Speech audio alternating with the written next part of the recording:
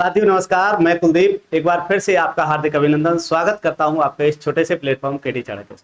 साथियों आप देख पा रहे हैं जो हमारी श्रृंखला चल रही है टेट सुपर टेट, उसमें आज हम जो पेपर लेके आए हैं वो 2016 का है और इसमें सभी मैथ्स के जितने भी प्रश्न आए हुए हैं उन सभी का हम सॉल्यूशन करने जा रहे हैं। आप देख रहे हैं ये भी 6 से 8 का है, मतलब आप इसे भी कह सकते हैं हम जूनियर वाले पहले सॉल्व करने जा रहे हैं। जूनियर में जितना भी हमारा पेपर हुआ है अभी तक उन सभी का सॉल्यूशन हम पहले करा रहे हैं, फिर उसके बाद हम प्राइमरी वाला कराएंगे, फिर धीरे धीरे आपके सारी श्रृंखलाएं हम खत्म करते हुए फिर टॉपिक वाइज प्रश्नों को लेके आएंगे। तो साथियों आज हम चलते हैं सीधे बिना टाइम वेस्ट किए पहले प्रश्न की तरफ। आज का जो पहला प्रश्न है 1 - 1/2 into 1 - 1/3 into 1 - 1/4 dot dot dot 1 - 1 upon n-1 into 1 upon 1 - 1 upon n। अब इस प्रकार का प्रश्न हम लास्ट सीरीज में भी करा चुके हैं और यहां भी एक बार कर लीजिए। देखो भाई 2 एकम 2 - 1 तो 1/2 बनेगा, यहाँ पे नहीं है तो इनटू लेंगे, 3 में से 1 गया तो 2/3 बनेगा, ठीक है जी। और ऐसे ही 4 में से गया तो 3/4 बनेगा और डॉट डॉट डॉट आपका ये बनेगा n-2 upon n-1 into n-1 upon n, ठीक है। ये सारी श्रृंखलाएं आपके ऐसे करते आएंगी तो आपका जो जवाब बचा ये बचा 1 अपॉन n, ठीक है साथियों। तो इसका प्रश्न का जवाब क्या हो जाएगा आपका डी ऑप्शन सही, ठीक है। चलिए ऐसा एक प्रश्न बन रहा है तो ध्यान से करिएगा। नेक्स्ट क्वेश्चन की तरफ चलते हैं। यदि 7 के 3 लगातार गुणजों का योग 777 है तो सबसे छोटा गुणज क्या है। जब भी आपको ऐसा प्रश्न पूछा जाता है सबसे छोटा गुणज, सबसे छोटा गुणज कह रहा है 3 लगातार संख्याएं हैं और उनका योग कितना है 777। तो 777 में से कितनी है लगातार 3, तो वो 3 का मल्टीपल भी होंगी और साथ में किसका मल्टीपल है वो 7 का। तो इसे माइनस करके अब हम इसे 3 से क्या लगा देंगे भाग, जो भी वैल्यू आएगी उसे वही क्या हो जाएगी जवाब। तो ये कह रहा है कि भाई इसमें से 21 घटा रहे हैं तो 777 माइनस 21/3, ठीक है। तो घटाएंगे यहां से तो ये बन जाएगा 756, क्या बच जाएगा 756 और बटे कितना बन जाएगा 3, 3 दूनी 6, 3 पंजे 15 और 3 दूनी 6, 252 क्या होगा साथियों इसका सही जवाब हो जाएगा। 252 कौन सा है आपका ऑप्शन ए करेक्ट है। चलिए नेक्स्ट प्रश्न की बात कर लेते हैं। किसी धन का 5% वार्षिक ब्याज की दर से 2 वर्षों के चक्रवृद्धि ब्याज और साधारण ब्याज का अंतर 51 है तो वह धन क्या है। साथियों जब भी आपसे अंतर की बात करता है सीआई और एसआई का, तो अंतर बराबर जो होता है, जो डिफरेंस होता है तो वो होता है मूलधन गुणा क्या है दर बटे 100, जितने साल का है उतने से गुणा करेंगे बटे r/100, ठीक है। जब भी आपसे अंतर की कहता है तो साधारण ब्याज और चक्रवृद्धि ब्याज का जो अंतर होता है दोस्तों वो होता है अंतर इक्वल टू किसका ये सीआई माइनस एसआई, ठीक है। तो वो होगा मूलधन गुणा दर/100, दर/100 2 साल का है। अब ये कह रहा है भाई अंतर तो हमारे पास 51 दे रखा है, मूलधन आपसे पूछ रहा है कि भाई धन क्या है, तो मूलधन लगाएंगे गुणा आर की वैल्यू आपकी कितनी परसेंट है 5/100 और ऐसा कितनी बार करना है 2 बार, ठीक है। 5 पंजे 25, 25 चौके 100, 400 की गुणा इधर लगा देंगे। मूलधन की वैल्यू आपकी आ जाएगी 51 गुणा 400, ठीक है, बराबर कितना हो जाएगा 4 पंजे 20, 4 एकम 4 तो 20,400 क्या होगा इसका सही जवाब। तो ऑप्शन कौन सा सही हो जाएगा आपका डी ऑप्शन इस प्रश्न का सही जवाब होगा, ठीक है। चलिए नेक्स्ट प्रश्न की बात कर लेते हैं।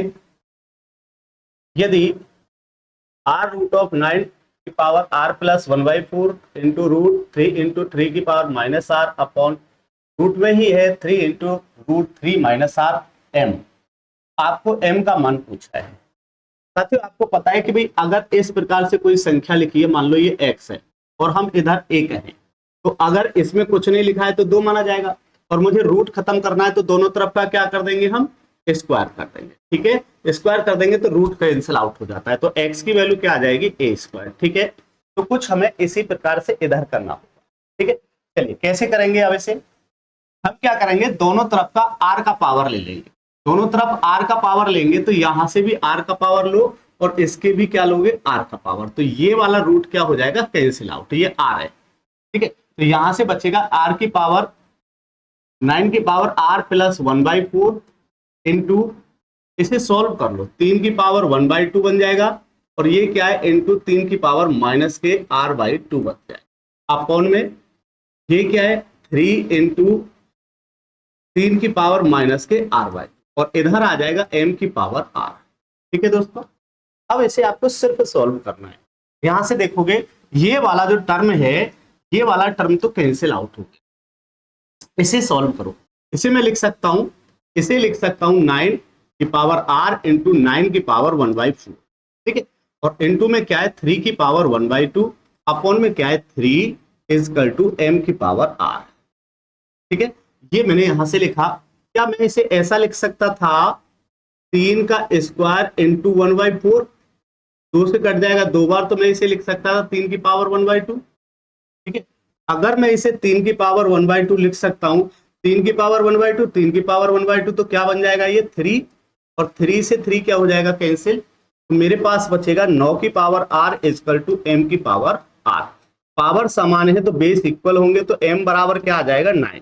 9 को कहते हैं 3 का स्क्वायर, तो यहाँ पर जो 3 का स्क्वायर होगा वही क्या होगा साथियों, जवाब होगा। तो इस प्रश्न का जवाब क्या है आपका, बी सही है। ठीक है, चलिए नेक्स्ट प्रश्न की बात कर लेते हैं। यदि किसी समकोण समद्विबाहु त्रिभुज का परिमाप पेरीमीटर जो है 4√2 + 4 सेंटीमीटर है, तो इसके कर्ण की लंबाई क्या है। तो आपसे कह रहा है कि भैया ये समकोण भी है प्लस समद्विबाहु है। ऐसा है समद्विबाहु। अगर हम समद्विबाहु की बात करते हैं तो ऐसा एंगल जिसकी दो साइड क्या होंगी बराबर। ये मान लो ये दोनों साइड क्या है इसकी बराबर है, और ये कह रहा है कि भाई ये जो समकोण त्रिभुज है तो हम कहेंगे एक कोण कितने डिग्री का होना चाहिए, 90। अगर मैं इसे ए मान लेता हूं तो ये भी क्या होगी ए, और ये इसका क्या है आपका कर्ण है, हाइपोटेनियस है, तो ये बन जाएगा a√2। ठीक है, अब आपको पता है दोस्तों कि अगर परिमाप की बात करते हैं तो परिमाप क्या होता है, परिमाप होता है भुजाओं का योग a + a 2a + a√2। तो आपका परिमाप क्या बन जाएगा, तो परिमाप बनेगा 2a + a√2। ये क्या बन गया आपका परिमाप बन गया। ठीक है, और ये कह रहा है कि परिमाप तो दिया हुआ है कितना 4√2 + 4, तो इसकी वैल्यू दे रखी है 4√2 + 4। ठीक है दोस्तों, अब हम यहां क्या देख सकते हैं कि भाई यहां से हम क्या कॉमन ले लें, यहां से 4 कॉमन ले लें, तो 4 कॉमन लिया तो √2 + 1।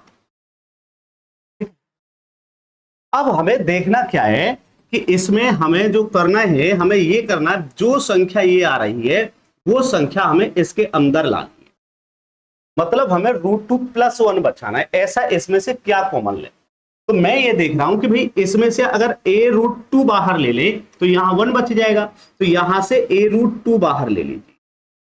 तो a√2 बाहर लिया तो यहां से a तो बाहर आ गया, लेकिन ये √2 है, तो यहां से बच गया √2 और यहां से बन गया 1। ठीक है दोस्तों, ये वाला टर्म खत्म हो गया, यहां से a की वैल्यू आ गई 4/√2। ठीक है, और मैं इसे लिख सकता हूं 2√2।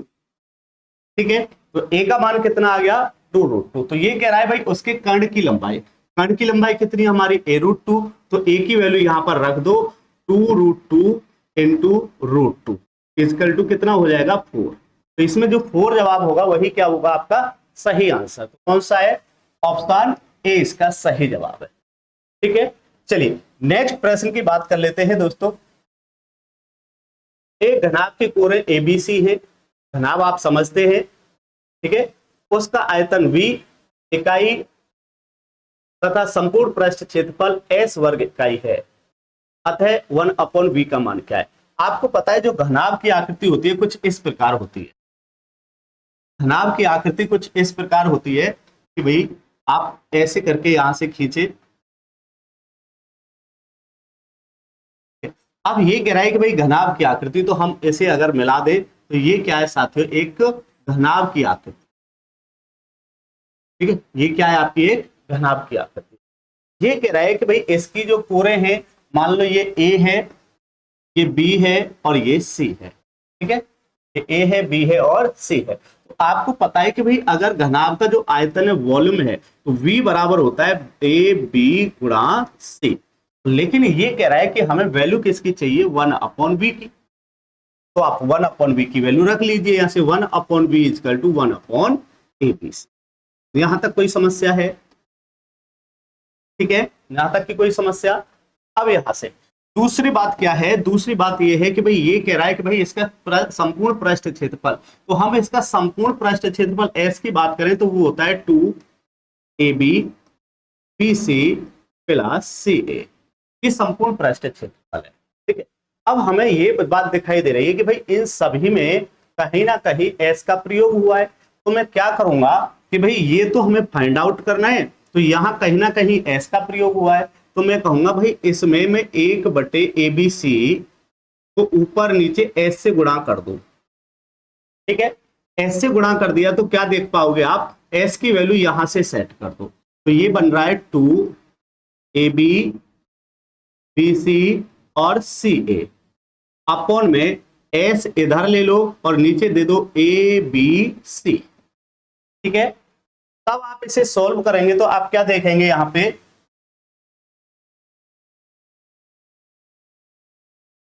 अब आप इसे सॉल्व करेंगे तो अब आप क्या देखने वाले हैं, थोड़ा सा ध्यान से देखिए।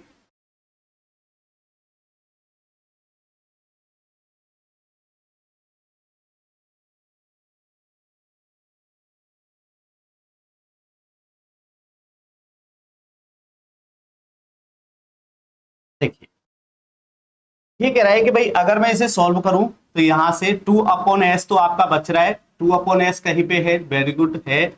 अब इसमें करेंगे तो 1/c प्लस इससे करेंगे तो 1/a प्लस 1/b, क्या ऐसा कहीं पर दिख रहा है? तो 1/a 1/b 1/c, तो कौन सा ऑप्शन सही हो जाएगा आपका? बी ऑप्शन इसका सही हो जाएगा। ठीक है, तो इसमें हम डायरेक्ट इसे अप्लाई कर सकते। चलिए नेक्स्ट प्रश्न देख लीजिए। दिए गए पाई आरेख में एक घर के निर्माण के खर्च को दर्शाया गया है। यदि घर के निर्माण का कुल खर्च 15 लाख है तो मजदूरी में खर्च होगा, मतलब मजदूरी में कितना खर्च हुआ है वो आपको बताना है।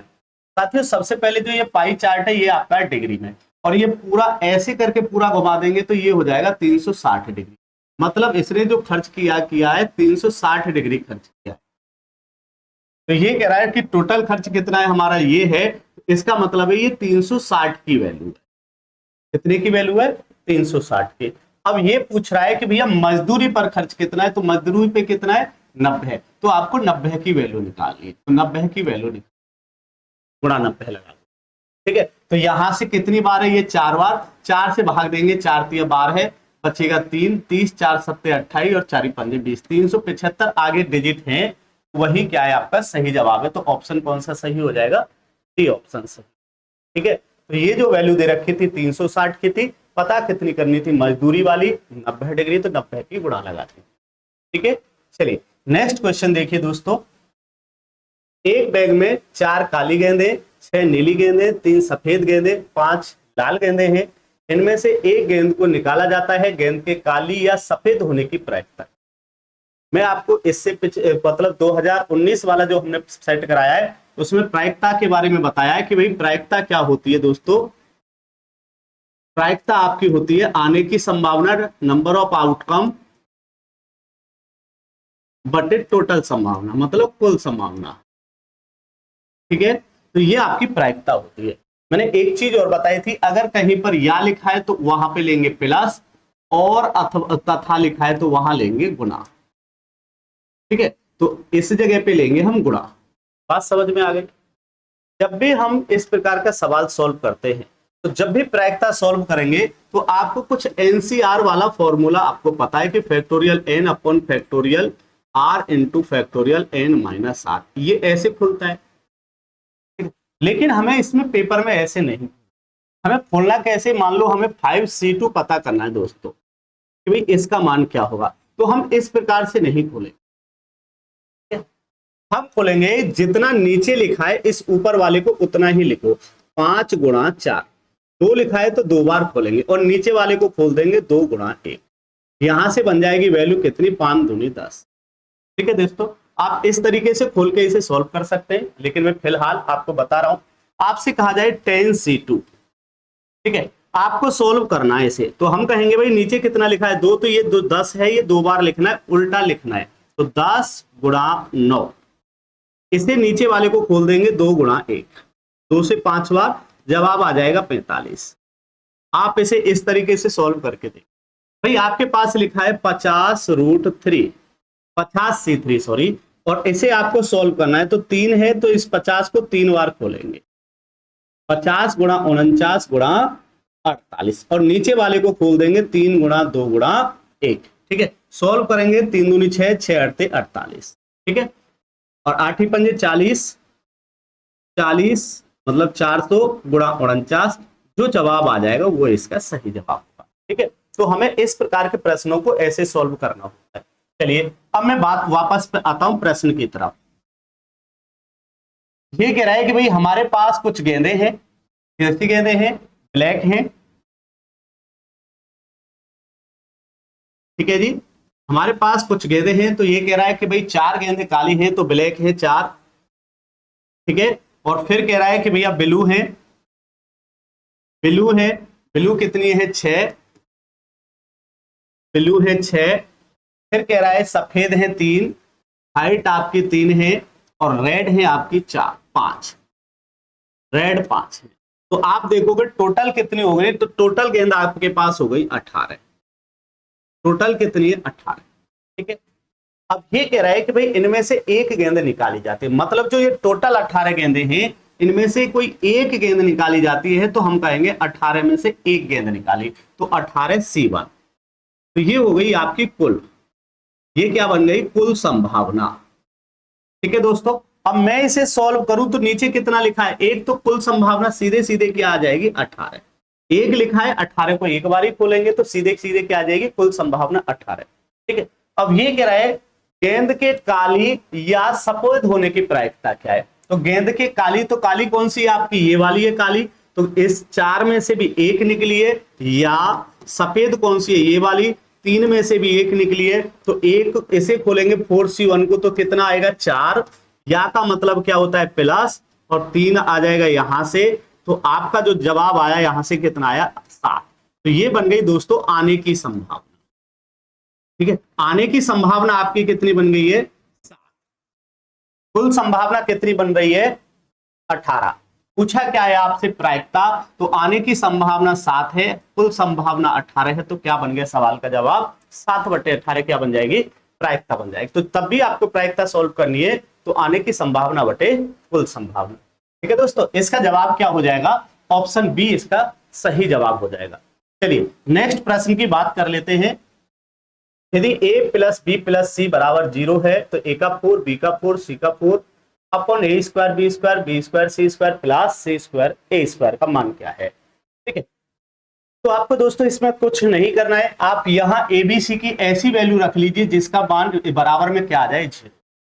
तो मैं ये कह सकता हूं कि भाई a को 0 मान लो, b को 1 मान लो, और c को -1। ठीक है, a को 0, b को 1 और c को -1 मान लिया, इक्वल टू क्या आ जाएगा 0। इसमें सेट कर दो, a की बात 0 है तो जहां जहां a है वहां सब 0 हो जाएगा। ठीक है, क्लियर है। अब यहां से देखो, इसका पावर सम है तो 1, इसका पावर भी सम है तो 1 अपॉन 1 इंटू 1 क्या हो जाएगा 1 बराबर क्या आ जाएगा 2। तो ऑप्शन कौन सा सही हो जाएगा बी। ठीक है दोस्तों, तो इस प्रकार के प्रश्नों को हम हिट एंड ट्रायल से कर सकते हैं। ठीक है, ज्यादा टेंशन लेने की जरूरत नहीं है। चलिए नेक्स्ट प्रश्न की तरफ चलते हैं।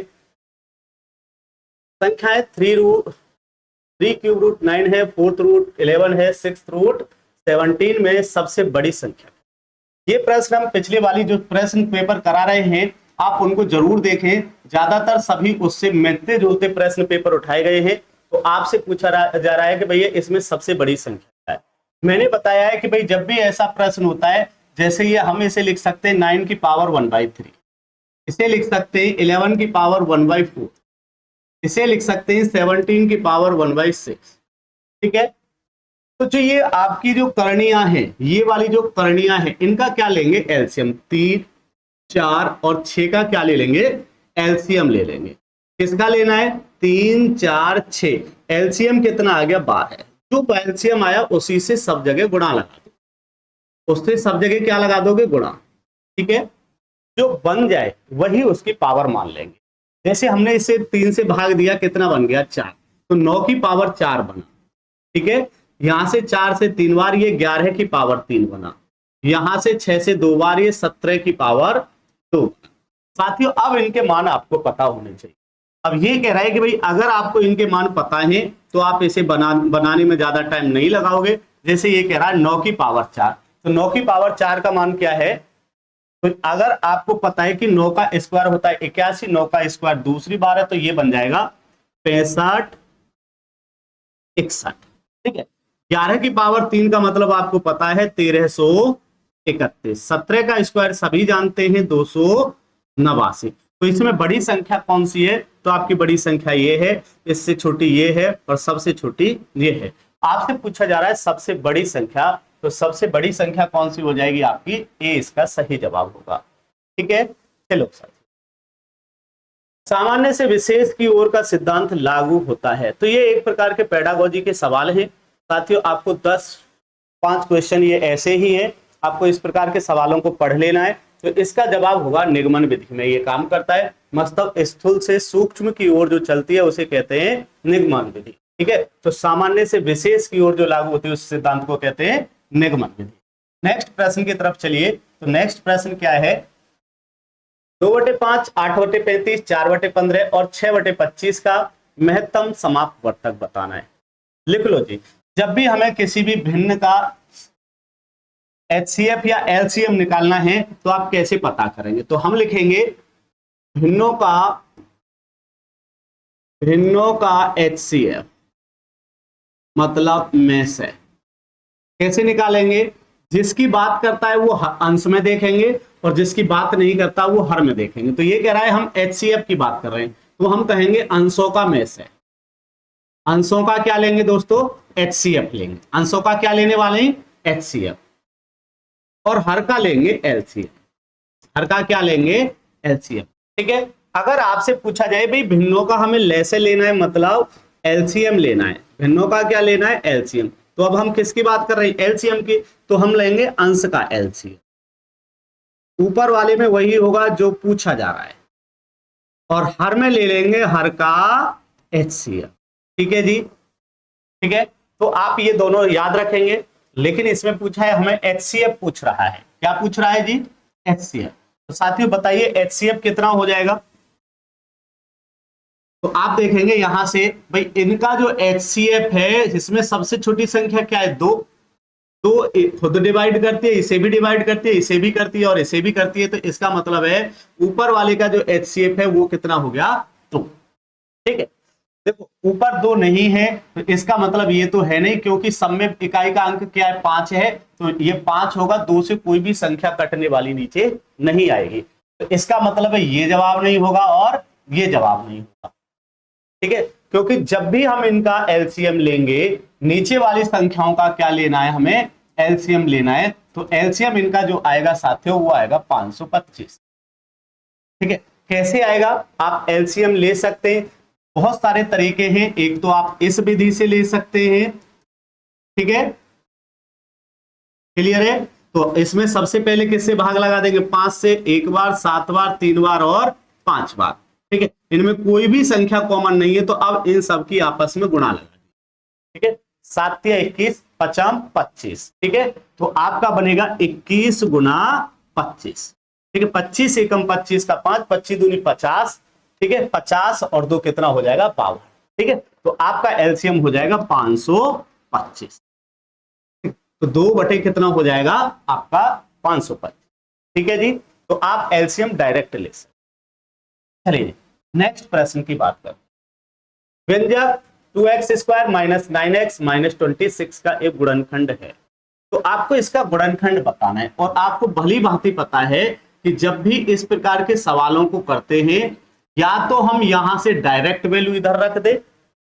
तो अगर मैं यहां से देखता हूं x + 1 इसका गुणनखंड है, तो हम कहेंगे यहां से x की वैल्यू क्या रख सकते हैं, -1। अगर मैं यहां से -1 रख देता हूं, तो -1 का स्क्वायर तो 1, तो 2 माइनस माइनस प्लस, तो 2 + 9 कितना हो जाए, 2 + 9 11। लेकिन ये माइनस का है, नॉट इक्वल टू क्या आना चाहिए था, 0। तो यहां से आपका बनता है 2 माइनस माइनस प्लस 9 माइनस 26, लेकिन इक्वल टू क्या नहीं है, 0 नहीं। इसका मतलब है ये इसका क्या नहीं है, जवाब नहीं। आप -2 रख के देख लीजिए, इसे बराबर करके 0 रखो तो x की वैल्यू क्या आएगी, -2। -2 रख के देखेंगे तो रख लीजिए एक बार, तो 2 दूनी 4, 4 दूनी 8, माइनस माइनस क्या हो जाएगा प्लस, तो 9 दूनी 18। ठीक है, माइनस का कितना है 26, तो 18 8 26, -26 इक्वल टू कितना आ गया 0। इसलिए आपका सॉल्यूशन क्या हो जाएगा, बी इसका क्या है, सही। ठीक है, आप डायरेक्ट एक्स की वैल्यू रख के आप सेट कर देंगे, लेकिन आपको करना ऐसे पेपर के हिसाब से वैसे करना है, सॉल्व करना है तो आप ऐसे करिए, 2x² माइनस 9x माइनस 6, इसके मुझे गुणनखंड करने। अगर इसके साथ x² के साथ कोई संख्या है तो इसकी गुणा इसमें लगाइए, कितनी बन गई है 52, 26 दूनी 52। इस 52 के ऐसे गुणनखंड करिए कि भाई ये जो 52 है तो ये आपका बन सकता है 13 चौका 52, और एक बन सकता है आपका 26 दूनी 52। ठीक है, मैंने आपको पिछली भी क्लास में बताया कि भाई आपका ये वाला सिंबल बताना है कि भैया जोड़ना है या घटना है। ये कह रहा है माइनस है, तो भैया इनके बीच में होना चाहिए माइनस, और माइनस होके कितना आना चाहिए 9। ठीक है, तो अगर इसमें माइनस करूं तो यहां पे कितना आ रहा है 24, इसलिए ये इसका फैक्टर नहीं होगा। यहां से इसे घटाओ, 13 में से 4 गए तो कितना बचेगा 9।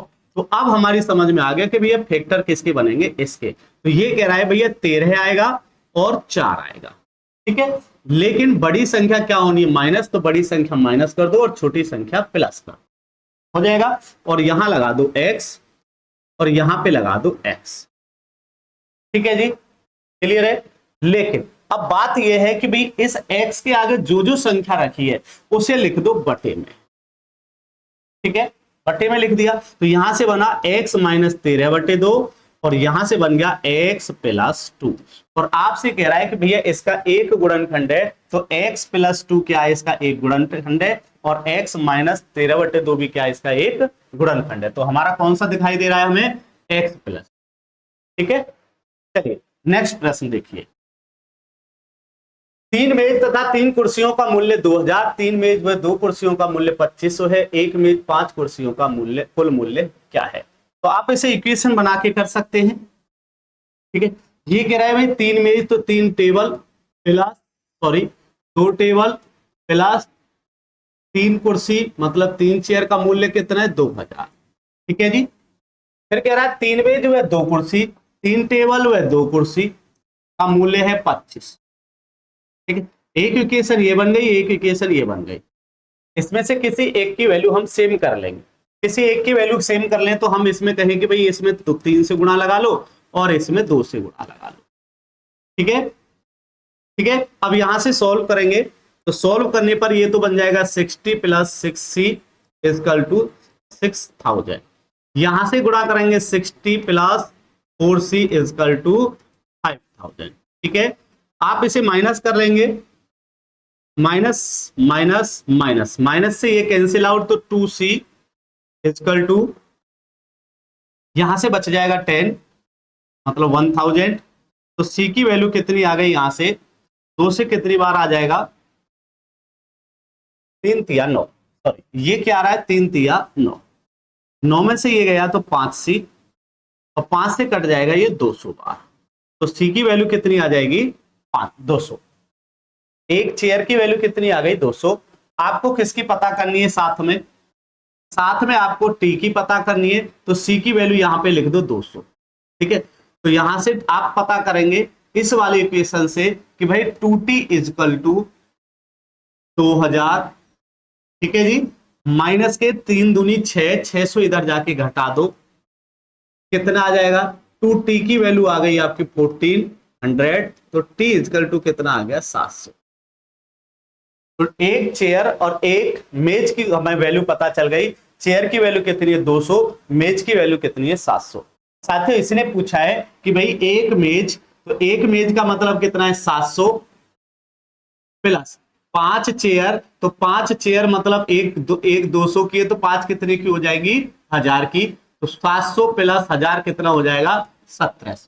ठीक है, 700 प्लस 1000 कितना हो जाएगा 1700, इसका क्या होगा सही जवाब। ठीक है, चलिए नेक्स्ट प्रश्न देख लेते हैं।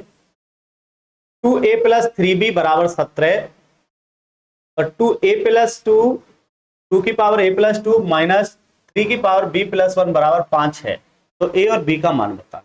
तो मैंने बताया कि जब भी इस प्रकार के सवाल होंगे तो अपना ज्यादा दिमाग नहीं दौड़ाना है। a और b की ये सब वैल्यू दे रखे, ये सब a और b की वैल्यू, इनमें से कोई भी एक वैल्यू होगी जो इनको सेटिस्फाई करेगी। ठीक है, अगर आप a की वैल्यू यहां से 6 रख देंगे तो ये तो 17 से बहुत ज्यादा हो जाए। इसका मतलब है 6 और 8 वाली ये तो हो ही नहीं सकती, क्योंकि यहां दोनों प्लस में है और मात्र जवाब कितना चाहिए 17। ठीक है, इसका मतलब है ना तो 2 की पावर 7 हो सकती, क्योंकि 2 की पावर 7 का मतलब है 128। तो आपका सीधे सीधे जवाब कौन सा बन गया, ये वाला। 2 की पावर 3, तो 2 की पावर 3 लिखोगे और 3 की पावर 2 लिखोगे। 2 की पावर 3 का मतलब है 8 और इसका मतलब है 9 और बराबर कितना हो गया 17, तो सेटिस्फाई। ठीक है, तो आप इसे डायरेक्ट कर लेंगे, ज्यादा दिमाग दौड़ाना नहीं है। ठीक है दोस्तों, चलिए नेक्स्ट प्रश्न की बात कर लेते हैं। x minus 1/x equal to 1/2। तो आपसे बताना है 4x² प्लस 4/x² का मान है। ठीक है, चलिए ये तो बड़ा सिंपल है, x माइनस 1/x बराबर क्या है 1/2। ठीक है, अब आप इस x, ये जो 2 है इसकी इधर गुणा कर लीजिए, ये बन जाएगा 2x minus 2/x equal to 1। साथियों दोनों तरफ का वर्क कर दीजिए। ठीक है, वर्क करेंगे तो 4x² plus a² plus b², तो हम कहेंगे 4/x² minus 2ab, 2 into a की वैल्यू 2x इंटू b की वैल्यू 2/x इक्वल टू क्या, 1 का स्क्वायर 1 ही है। x से x कैंसिल हो जाएगा, ये आपसे पूछा है और इसे इधर ले जाओ, 2 दूनी 4 दूनी 8, तो आपका जवाब आएगा 1 प्लस 8 इक्वल टू 9। किसका, 4x² प्लस 4/x²। ठीक है, तो 9 क्या होगा इसका सही जवाब हो जाएगा। ठीक है दोस्तों, 9 क्या हो जाएगा इसका सही जवाब। चलिए नेक्स्ट प्रश्न की बात करते हैं। 3 मीटर लंबी, 1.5 मीटर ऊंची व 0.4 मीटर मोटी दीवार बनाने में कितनी ईंटों की आवश्यकता होगी यदि प्रत्येक ईंट का आकार 30 सेंटीमीटर 15 सेंटीमीटर गुना 8 सेंटीमीटर है। ठीक है, जब भी इस प्रकार के प्रश्न आते हैं और आपसे ईंटों की संख्या कुछ ऐसी संख्याएं पूछी जाती है, तो हम क्या करने वाले हैं इसमें, जब भी आपसे ईंटों की संख्या या गोलियों की संख्या आपसे पूछा जाए तो मैं आपको इसमें एक कॉमन फॉर्मूला बता देता हूं। जब भी किसी की संख्या पूछता है तो हम क्या करेंगे, हम लिखेंगे यहां बड़ी आकृति का आयतन, बड़ी आकृति का आयतन बटे छोटी आकृति का आयतन। ये कॉमन फॉर्मूला है और आप इसे कहीं भी अप्लाई कर सकते हैं जब आपसे इस प्रकार का सवाल पूछा जाए।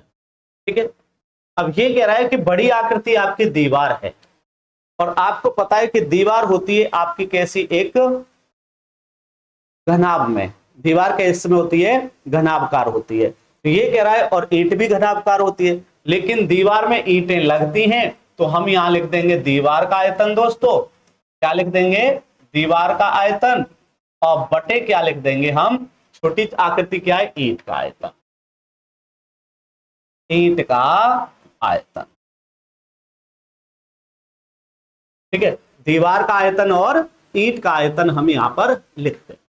अब ये कह रहा है कि भाई दीवार का आयतन आपको पता है LBH हो जाएगा, लंबाई चौड़ाई ऊंचाई या मोटाई, और यहां से इसका भी क्या हो जाएगा LB।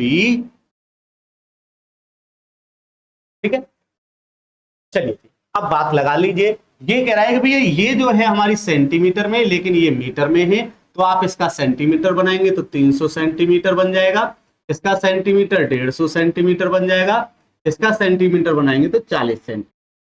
ठीक है, सेट कर दीजिए बात वैल्यू और आपका जवाब आ जाएगा।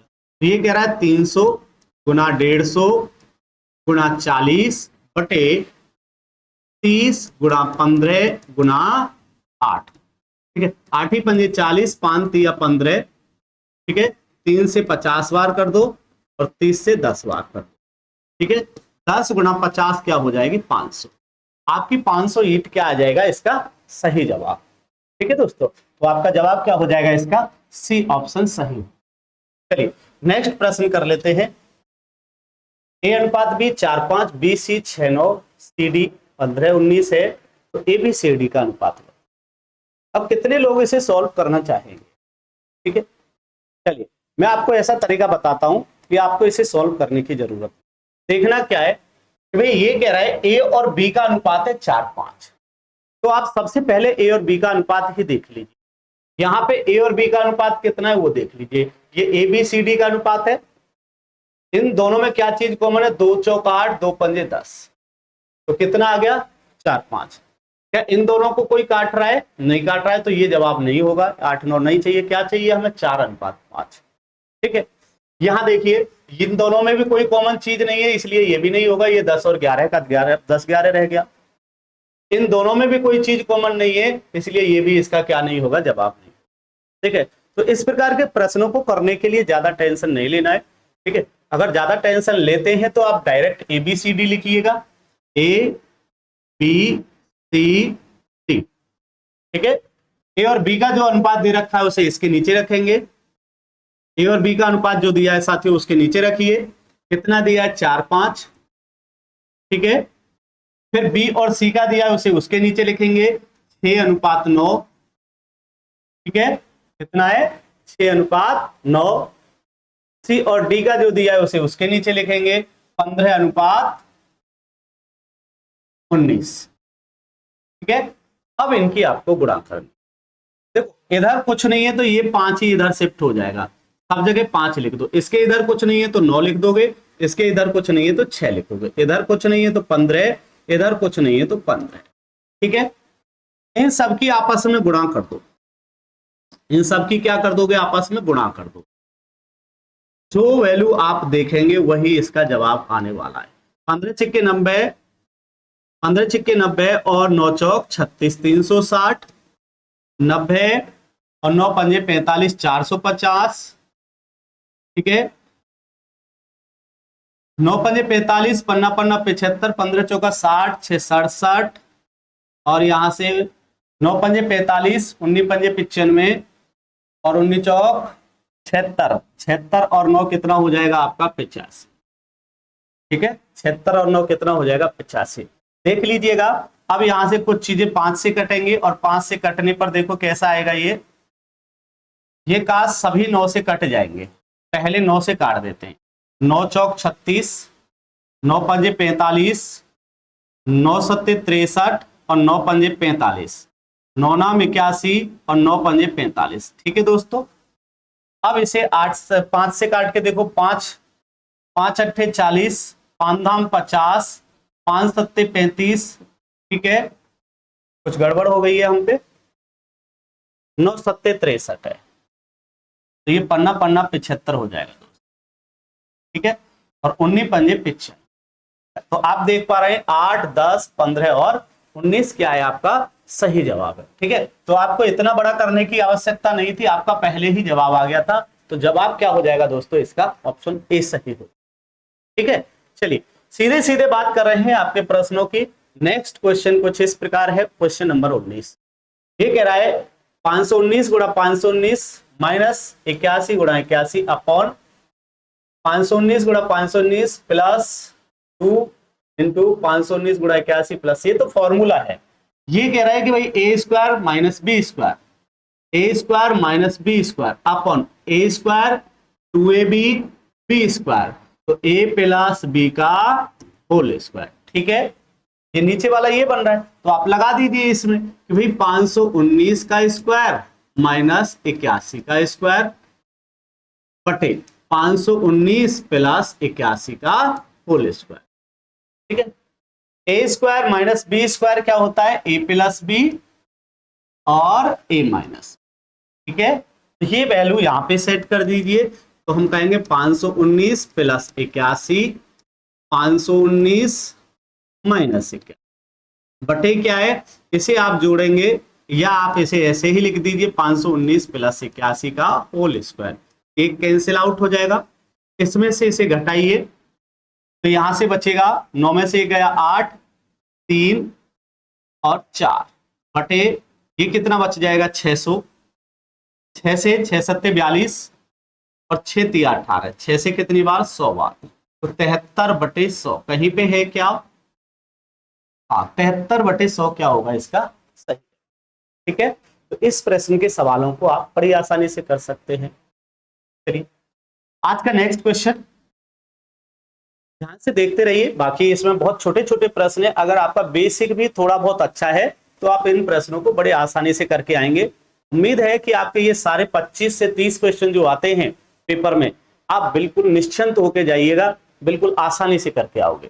चलिए ये भी इसी प्रकार का एक सवाल है, ध्यान से देखें। ये लिखा है 1 माइनस, जब मैं इसे ऊपर ले जाऊंगा तो प्लस हो जाएगा, a माइनस बी का होल स्क्वायर हो जाएगा कि नहीं। ठीक है, अब मैं ये कह रहा हूं कि भाई इसे थोड़ी देर मान लो, ये a मान लिया पूरा, इसे y मान लो पूरे को, और इसे x मान लो, और इस पे क्या लगा लू पावर, तो ये a square minus Y X square minus Y square, तो मैं इसे लिख सकता हूं a plus A minus B.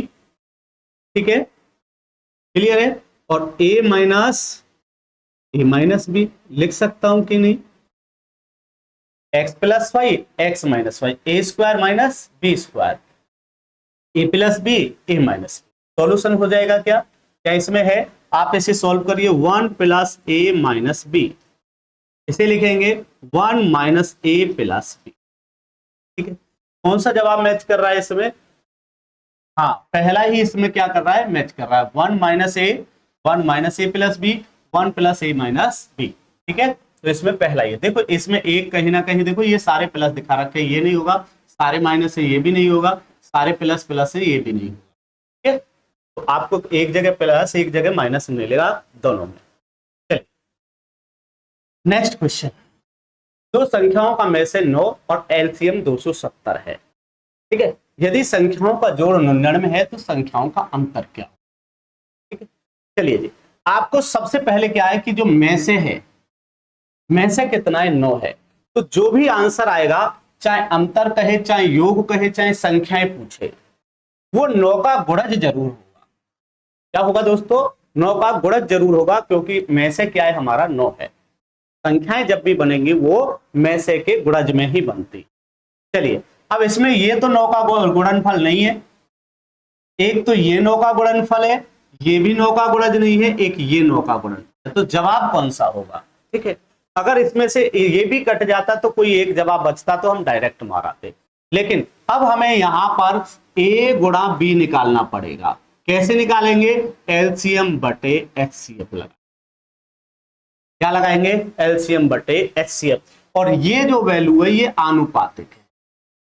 कैसी है? आनुपातिक है, रेशो में आने, रेशो की वैल्यू होती है। कैसे निकालें? तो ये कह रहा है भाई ये 270 को किससे भाग कर दें? 9 से, आपका जवाब आया 23। ठीक है, ये ऐसी सहभाज्य संख्याओं का गुणा है, ये ऐसी सहभाज्य संख्याओं का गुणा है जिनका एचसीएफ क्या होता है? 1। ठीक है, चलिए जी, अब हम बताएं इनके रेशो, तो हम कह सकते हैं ऐसी सहभाज्य संख्याएं क्या है? 5:6, ठीक है, या 15:2। ठीक है, हम यहाँ पे 15:2 भी देख सकते हैं, क्योंकि 15 दूनी 30 सहभाज्य हैं। सहभाज्य संख्याएं क्या होती है? जिनका एचसीएफ क्या होगा? 1। ठीक है, अब हम ये देखेंगे कि भैया इनमें सही कौन सी है। इनमें सही देखने के लिए 6 और 5 कितना होता है? 11।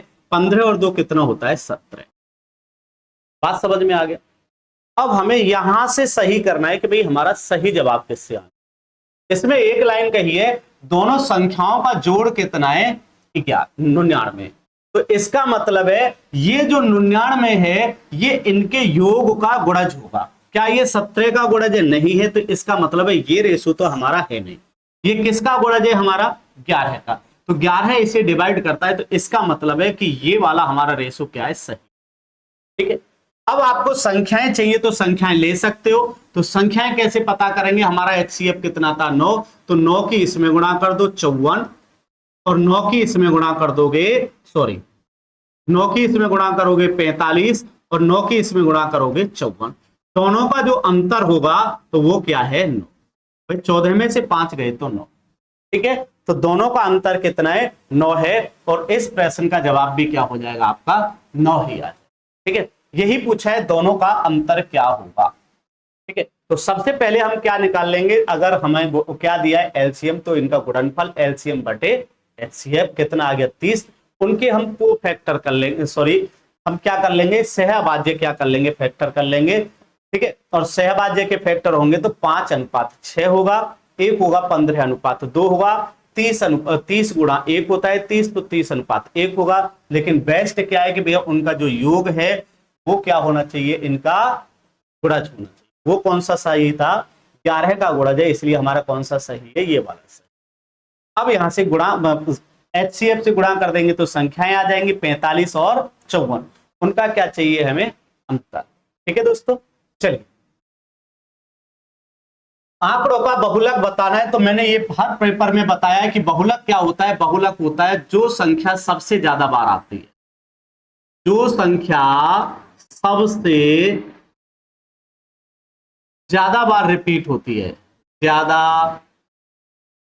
बार आती है, नंबर ऑफ फ्रीक्वेंसी जिसकी ज्यादा होगी वही क्या कहलाएगा, बहुलक मतलब मोड कहलाएगा। तो सबसे ज्यादा बार आप देख रहे होंगे, आप काउंट कर लेना, यहां देखो 23 23 23 23 23 23, लगभग 23 6 जगह आया है, यही इसका क्या हो जाएगा सही जवाब। और कोई नंबर 6 बार शायद नहीं आया होगा, अगर आया हो तो चेक कर लीजिएगा, मेरे हिसाब से तो यही आएगा। चलिए, यदि 29 की पावर 75 को 28 से विभाजित किया जाए तो शेषफल क्या होगा। साथ ही इस प्रकार के प्रश्न भी कभी कभी आपको देखने को मिल जाते हैं। ये कह रहा है 28 की पावर 29 की पावर 75 किससे भाग कर रहे हैं, 28 से भाग कर रहे हैं। क्या मैं इसे ऐसा लिख सकता हूं 28 प्लस 1 की पावर 75 किससे भाग कर रहे हैं 28 से, 28 को भाग करने पर शेष क्या है 0, तो बचा क्या सिर्फ 1 का पावर 75, ठीक है, और 1 की पावर 75 1 ही होता है, तो आपका शेष भी क्या आ जाएगा 1 ही आ जाएगा। 1 को 28 से भाग देंगे तो भाग नहीं जाएगा, और जब भाग नहीं जाता है तो वही क्या कहलाता है शेषफल। ठीक है, तो हम इस प्रकार से इसका जवाब क्या लिख सकते हैं, 1 इसका क्या होगा सही। ठीक है, सपोज करो ये 28 29 ना होके यहाँ 27 होता, भैया 27 की पावर क्या है 75 है, और हम 28 से भाग कर रहे हैं। ठीक है, तो मैं इसे क्या लिख सकता था, इसे लिख सकता था 28 माइनस 1 की पावर 75। ठीक है दोस्तों, और बटे क्या लिख रहा हूं 28। ध्यान से देख लेना, ये दूसरा सवाल है कुछ ऐसे ही करना हमें इसी प्रकार से, लेकिन करने कैसे वो देखिए। तो मैं ये कह रहा हूं 28 से इसे भाग दिया तो 0 शेष बचेगा, यहां क्या बचा -1, और -1 की पावर कितनी है दोस्तों 75, और 75 पावर विषम होती है तो जवाब क्या आया -1। ठीक है, तो -1 कभी भी शेषफल नहीं आता है, शेषफल जो आएगा वो सदैव धनात्मक होगा, शेषफल क्या होगा धनात्मक। तो इसका मतलब है -1 हमारा क्या नहीं है, शेष नहीं है, तो यहां से जो रिमाइंडर आएगा इस प्रश्न का, जो ये 1 आया है इसे इसमें से क्या कर देंगे माइनस कर, आपका जवाब क्या आ जाएगा 27। तो इसका जवाब हो जाएगा इस प्रकार से 27। ठीक है, अगर इस प्रकार से आता है तो हम -1 करके देख लेंगे, मतलब ये कितना छोटा है, और इसे आता है ये कितना बड़ा है, वो ऐसे देख, मतलब तोड़ना इसी के उसमें, और दोनों के बीच में अंतर क्या होना चाहिए 1। ये नियम तभी फॉलो करेगा, अन्यथा हम दूसरे प्रकार से इस प्रकार के प्रश्नों को क्या करते हैं सॉल्व करते हैं। ठीक है जी, तो इस प्रश्न का जवाब क्या हो जाएगा आपका बी ऑप्शन। चलिए जी, यदि एक संख्या का आधा दूसरी संख्या के 0.07 के बराबर है तो उनका अनुपात क्या है। बड़ा छोटा सा सवाल है, एक संख्या मान लो n1, इसका आधा, दूसरी संख्या मान लो n2, कितना 0.07 को लिख सकते हैं 60/100, तो हम कहेंगे 7/100। ठीक है, अब यहां से आप इसे सॉल्व करिए दोस्तों, 2 से कितनी बार कट जाएगा 50 बार, इस n2 को इधर ले आइए, n1/n2 बराबर क्या हो जाएगा 7/50, मतलब इसी को लिख सकते हैं 7:50 है क्या कहीं। हाँ जी, कौन सा ऑप्शन है दोस्तों, इसका ऑप्शन सी सही हो, कौन सा ऑप्शन सही हो जाएगा सी। चलिए नेक्स्ट प्रश्न की बात कर लेते हैं। तो ये थे आपके जितने भी सवाल आपके इस पेपर में बने थे 2016 वाले में, वो हमने पूरे सॉल्व करा दिए हैं। तो इस प्रकार से आपका एक और प्रश्न पेपर बचा है जो जूनियर से रिलेटेड है, जो अब तक सारे प्रश्न 2019 तक हुए वो हम सब करा देंगे, वो कल खत्म हो जाएगा। फिर हम धीरे धीरे प्राइमरी वाले पेपर को कराने जाएंगे, फिर आपके सुपर टाइट के सभी प्रकार के प्रश्नों को करा देंगे। जब ये श्रृंखला खत्म होगी तो हम आपको चैप्टर वाइज सभी प्रश्न कराने जाएंगे। ठीक है दोस्तों, तो बने रहिएगा इस श्रृंखला में, और अच्छे मार्क्स प्राप्त करने हैं तो जरूर जुड़िए और अपने साथियों को बताइए, और चैनल को एक बार सब्सक्राइब कर लीजिए। धन्यवाद, नमस्कार, जय हिंद।